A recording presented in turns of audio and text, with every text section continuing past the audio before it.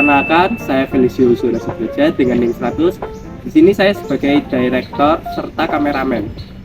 Perkenalkan, nama saya Natasha Damides Pelawi dengan NIM 114. Di sini akan menjadi pemeran di video. Halo, perkenalkan aku Sartika Barutu dengan NIM 21134207. Di sini berperan sebagai pemeran dalam video. Perkenalkan, nama saya Vira Duyan Putri dengan NIM 198. Saya di sini sebagai kameramen.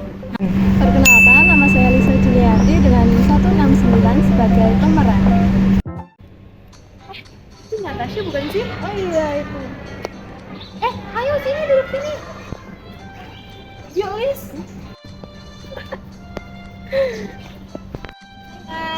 Iya, dari mana? Dari mana ya kita, Lis?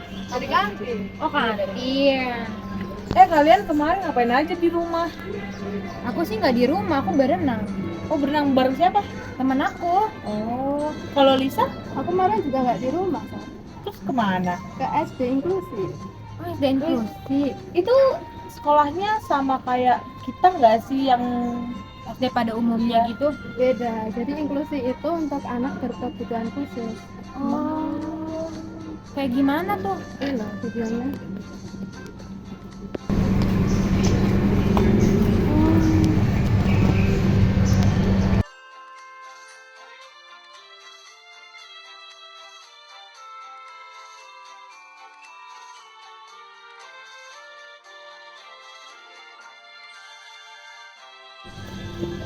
Lis, tadi kan di video itu ada banyak banget siswa yang berkebutuhan khusus gitu kan, dan banyak jenisnya. Nah, itu tadi aku sempat melihat ada siswa yang nggak bisa diri dan duduk. Itu jenis berkebutuhan khususnya apa ya, Lis? Oh, itu anak dengan berkebutuhan khusus cerebral palsy.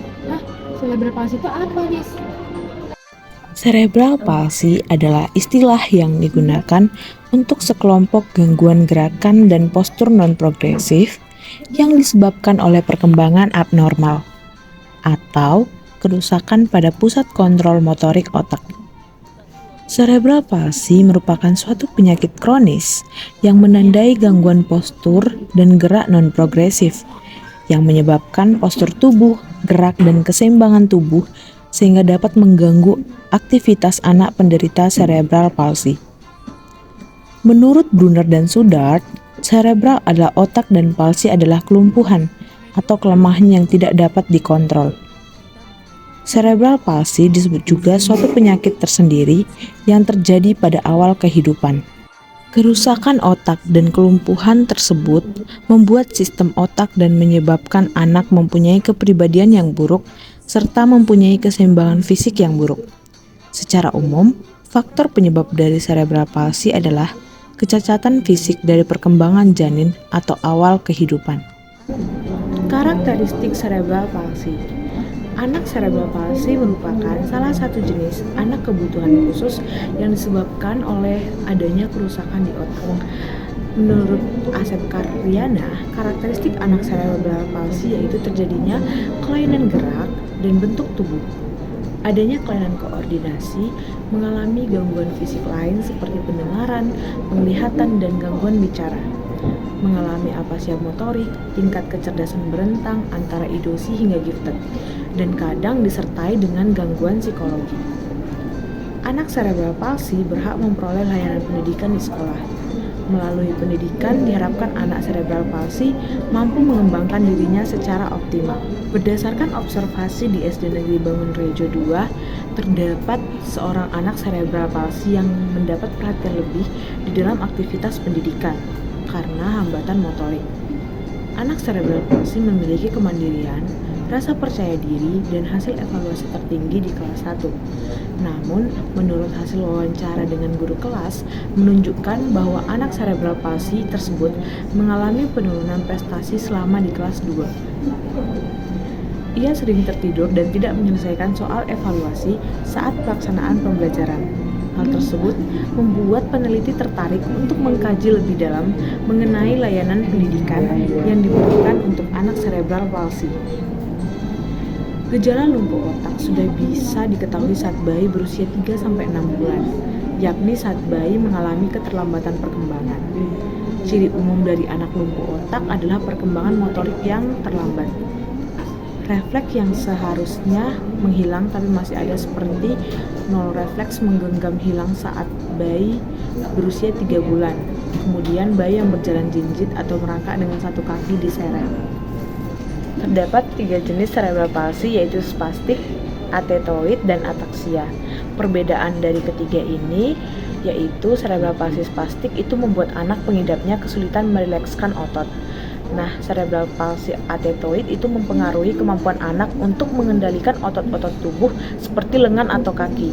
Dan yang terakhir yaitu cerebral palsy ataksia menyebabkan masalah keseimbangan dan koordinasi tubuh. 3 hal penyebab cerebral palsy, yaitu yang pertama bayi lahir prematur sehingga bagian otak belum berkembang dengan sempurna. Yang kedua yaitu bayi lahir tidak langsung menangis sehingga otak kekurangan oksigen. Dan yang terakhir yaitu adanya cacat tulang belakang dan pendarahan di otak. Tanda-tanda jika seseorang mengalami gangguan hambatan fisik. Yang pertama, ketika bayi baru lahir, dia itu terlihat pasif. Dia itu jarang bergerak, maupun dia itu terlihat selalu tidur terus. Lalu yang kedua, sebagian bentuk kepala bayi tersebut itu membesar atau kita sebut dengan hydrocephalus. Lalu untuk tanda yang ketiga yaitu tungkai bagian atas maupun bawah dari bayi tersebut itu terlihat sangat lemas.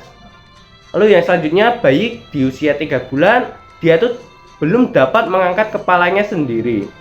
Lalu kemudian ketika bayi berusia 4 bulan dia itu belum dapat memegang sebuah benda dengan baik. Lalu ketika bayi berusia 6 bulan dia itu belum dapat tengkurap. Lalu ketika bayi berusia 10 bulan dia belum dapat duduk sendiri. Lalu ketika bayi berusia 24 bulan dia itu belum dapat berdiri sendiri. Dan yang terakhir ketika bayi berusia 24 bulan ke atas dia itu belum dapat berjalan sendiri. Tanda-tanda tersebut merupakan tanda-tanda gejala awal dari seseorang yang terkena hambatan fisik. Diagnosa hambatan fisik. 1. Kesulitan hambatan atau gerakan. 2. Kekakuan otot. 3. Kesulitan berbicara atau berkomunikasi. 4. Masalah keseimbangan. 5. Perkembangan motorik yang terlambat. Anak pada umumnya memiliki tingkat kemandirian yang rendah dalam menjalankan aktivitas penting sehari-hari dalam kehidupan pribadinya. Bagi anak berkebutuhan khusus, kemandirian ini yang jadi masalah karena keterbatasan dan kondisi yang mereka hadapi. Untuk membantu anak menjadi mandiri dan meningkatkan atau mempertahankan kualitas hidupnya, terapi okupasi ini bisa menjadi solusinya. Terapi okupasi dilakukan oleh ahli terapi okupasi yang terlatih untuk meningkatkan kualitas hidup dengan memulihkan atau mengembangkan keterampilan dan kemampuan sehingga seseorang dapat terus berpartisipasi dalam aktivitas sehari-hari. Misalnya, anak berkebutuhan khusus mungkin mengalami kesulitan dalam melakukan aktivitas tertentu, mulai dari yang sederhana hingga yang rumit, seperti mandi, berpakaian, menyiapkan makanan, dan belajar sains di sekolah yang sering terjadi. Kesulitan ini disebabkan oleh kondisi mereka yang mempengaruhi tingkat kemandirian mereka.